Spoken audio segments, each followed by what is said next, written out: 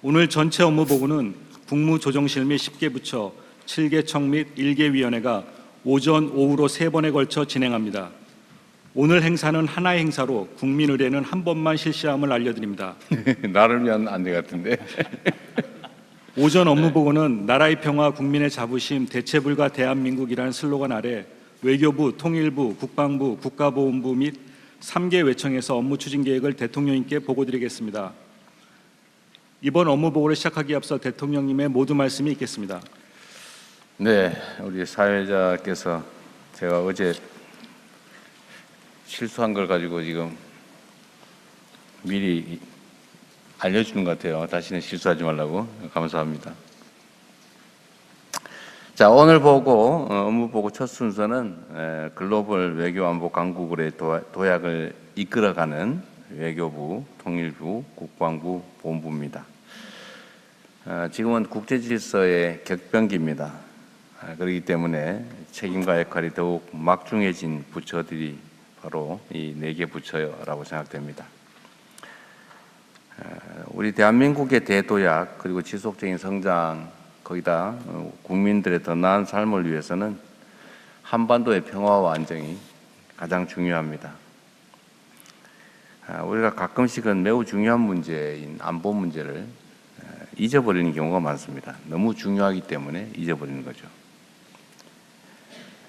그러나 평화가 깨졌을 때 어떤 상황이 벌어지는지를 우리는 이미 가까운 과거에 경험했습니다. 그뿐만이 아니라 이 평화가 아니라 적대적 대결이 이 사회, 이 한반도를 지배할 때 어떤 상황이 벌어지는지는 가장 최근에 또 경험했습니다.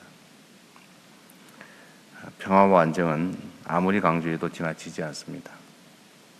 모든 것의 기초가 바로 평화와 안정이다라고 생각됩니다. 전에 우리 통일부 장관께서 말씀하셨던 건데 평화가 밥이죠. 평화가 곧 경제입니다. 그런데 또 한 가지 중요한 게 있어요. 이 4개 부처와 관계된 얘기인데 이 두 가지 영역이 워낙 중요하다 보니까 정치적 논쟁의 주제가 되는 경우가 많아요. 통상적으로 보면 외교 안보 정책들은 정쟁의 대상으로 삼지 않는 게 대부분의 선진국들의 상황이죠. 그런데 우리는 안타깝게도 가장 중요한 외교 안보 문제들이 정쟁의 대상이 됩니다. 그래서 사실은 이런 말씀 한번 드리고 싶은데 우리가 이념과 가치를 각자 가지고 있습니다. 사람들마다 다 다르죠. 또 집단적으로 또 대립하기도 합니다. 근데 각자가 가지고 있는 이념과 가치를 타인에게 강요하는 건 쉽지 않습니다. 그거는 일방적인 지배를 하고 있을 때도 일시적으로만 가능하죠. 그게 영속적이지 못해요. 타인의 이념과 가치, 이상들을 이제 억제시키고 나의 이상과 가치, 이념을 관철해내겠다고 마음먹으면 필연적으로 대립, 대결하고 반드시 또 충돌을 야기하게 됩니다. 근데 저는 그런 생각을 합니다. 이게 각자가 가진 이념과 가치를 당연히 잃지 말아야 되겠죠. 비전이나 목표로 가지고 있기도 합니다. 그런데 자신이 가진 이념과 가치를 실현하는 방법은 요란하게 주장하고 상대에게 삿대질하면서 압박을 할 때 내 이념과 가치, 지향이 실현될 수 있을까? 뭐 잠깐은 될지 모르죠. 필연적으로 반발을 부릅니다. 나의 이념과 가치, 지향을 실현하는 길은 최대한 상대를 설득하는 거예요. 저항을 최소화하고 양보하기도 하면서 상대가 수용하게 하는 것. 물론 뭐 적대적인 상대를 설득하고 수용하게 하는 건 쉽지는 않아요. 그러나 그 중간쯤도 있죠, 세상에는. 그래서 주장하고 실현하는 것은 좀 다르다. 근데 이게 그 한 공동체의 운명을 책임지고 있을 때와 또 반대쪽에 있을 때 또 달라요. 반대쪽에 있을 때는 책임이 크지 않기 때문에 결국 주장할 수밖에 없기도 하고 또 주장하는 게 유효하죠. 그런데 사회 공동체 전체의 운명을 책임지고 있는 권한을 가진 상태에서는 사실은 주장보다는 실천이 중요합니다. 실현해야죠. 근데 그 실현의 길은 야당일 때와는 좀 다르다. 책임이 적고 주장이 유일한 또는 주요 수단인 상황하고 책임보다 권한을 가진, 책임만큼의 권한을 가진 입장은 또 다르다. 그럴수록 더 낮게 목소리를 내기보다는 행동을 하는 것으로, 주장을 하는 것보다는 결과로 책임지는 게 중요하겠다, 그 생각을 합니다. 우리 외교부가 요새 고생이 많죠. 이 정상회담이 워낙 또 많고 또 해외 정상들 방문도 많이 있습니다. 또 해외 출장도 많다 보니까 외교부가 많이 힘들 거예요. 그래서 제가 며칠 전에도 말씀을 드렸는데 이 외교라고 하는 게 어찌 보면 별로 형식적이기도 하고 실효성이 과연 있나 싶기도 하고 그런 생각이 들기도 하지만 조금만 자세히 들여다보고 준비를 잘하고 정성을 다하면 완전히 새로운 결과를 만들어낼 수 있는 게 외교 영역이라고 생각됩니다. 사실 저도 우리 대한민국의 국정에서 매우 큰 권한을 가지고 있는데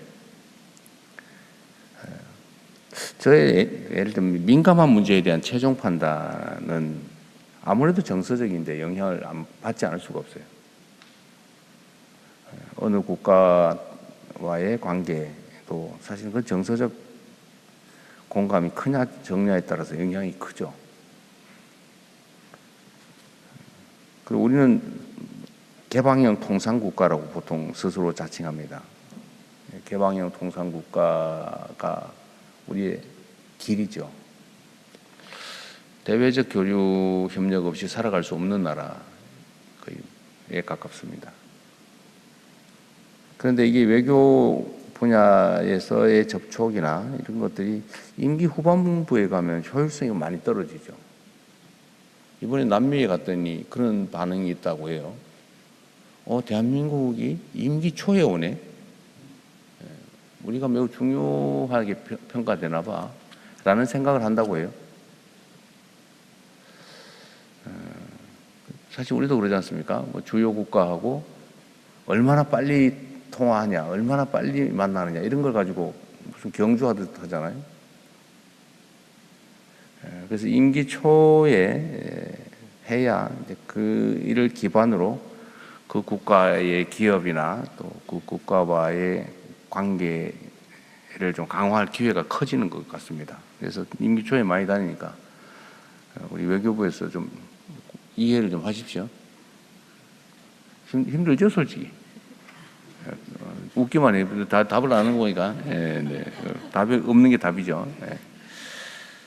그래도 이게 한번 특정 국가와 정상회담을 진지하게 정성을 다해서 하고 나면 많이 바뀌고 좋아집니다. 우리 총리께서도 그런 느낌이 든다고 이제 말씀하시는데.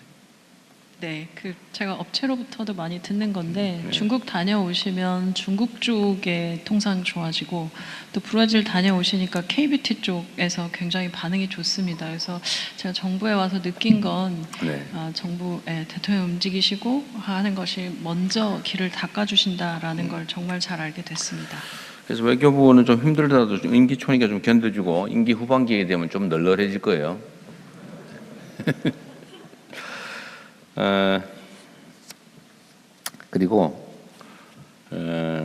외교부가 여러 가지 일들이 많은데 제가 요새 이제 교민 간담회도 많이 하고 외교 공간이 얼마나 중요한지를 자주 강조 말씀을 드립니다. 뭐 과거도 열심히 했겠지만 지금은 우리가 이제 대외 진출의 핵심은 저는 일단 첫째로는 문화라고 생각돼요. 대한민국에 대한 평가가 완전히 바뀌고 있는데 그 정말 한 달 전, 두 달 전이 다릅니다. 평가나 기대가 정말 높아지고 있는 걸 느끼는데 제일 크게 영향을 미치는 건 역시 문화인 것 같아요. 제가 보기에는 대한민국의 특강점이라면 문화적 평가가 매우 높아졌다는 점 하나, 또는 첨단 기술 산업에서 또 인정받는 것, 또 예를 들면 뭐 그 중에 하나가 또 방위 산업 같은 거겠죠. 우리가 이제 남북이 휴전 중인 수십 년, 70년 이상 휴전 중인 이 상황이 오히려 이제 기회 요인이 되고 있는 측면이죠. 방위 산업. 또 하나 이런 게 있는데 민주주의라는 측면에서도 너무 역동적이고 모범적이어서 또 주목받는 게 있습니다. 여러 가지 측면에서 우리가 주목을 받는데 그 중심에 사실 제외 공간들이 있는 것 같아요. 제외 공간의 중심은 역시 외교부겠죠.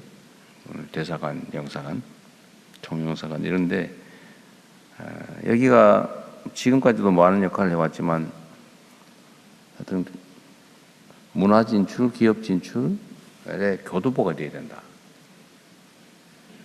그리고 그 역할에서 교민들 역할이 또 매우 중요해요. 우리 교민들의 역할이. 근데 교민들은 지금까지 어찌 보면은 버려졌다 이런 생각을 하는 경향이 좀 있었던 것 같습니다. 우리는 관리 대상이다 이런 생각을 하고 있어요. 막 불만이 모국에 대한 걱정은 태산 같은데 접촉선은 없고 그 유일한 접촉선이라고 할 영사관, 총영사관, 대사관 이런 데가 그렇게 친절한 나의 안방같이 느껴지지는 않았던 거죠. 근데 요즘 많이 바뀌고 있죠. 그래서 교민들을 존중하고 또 교민들이 숫자가 엄청나지 않습니까? 또 동포들 제외 국민 합치면 700만에서 750만 뭐 이렇게 얘기하고 있는데 제외 국민만 한 200만 명 넘죠. 투표권을 가진. 그러니까 엄청난 숫자입니다. 그래서 이 역량을 잘 활용하면 좋겠다는 생각이 들어요. 그래서 제외 공간의 역할을 좀 강화하고 또 책임감도 좀 더 가지면 좋겠다는 생각이 듭니다.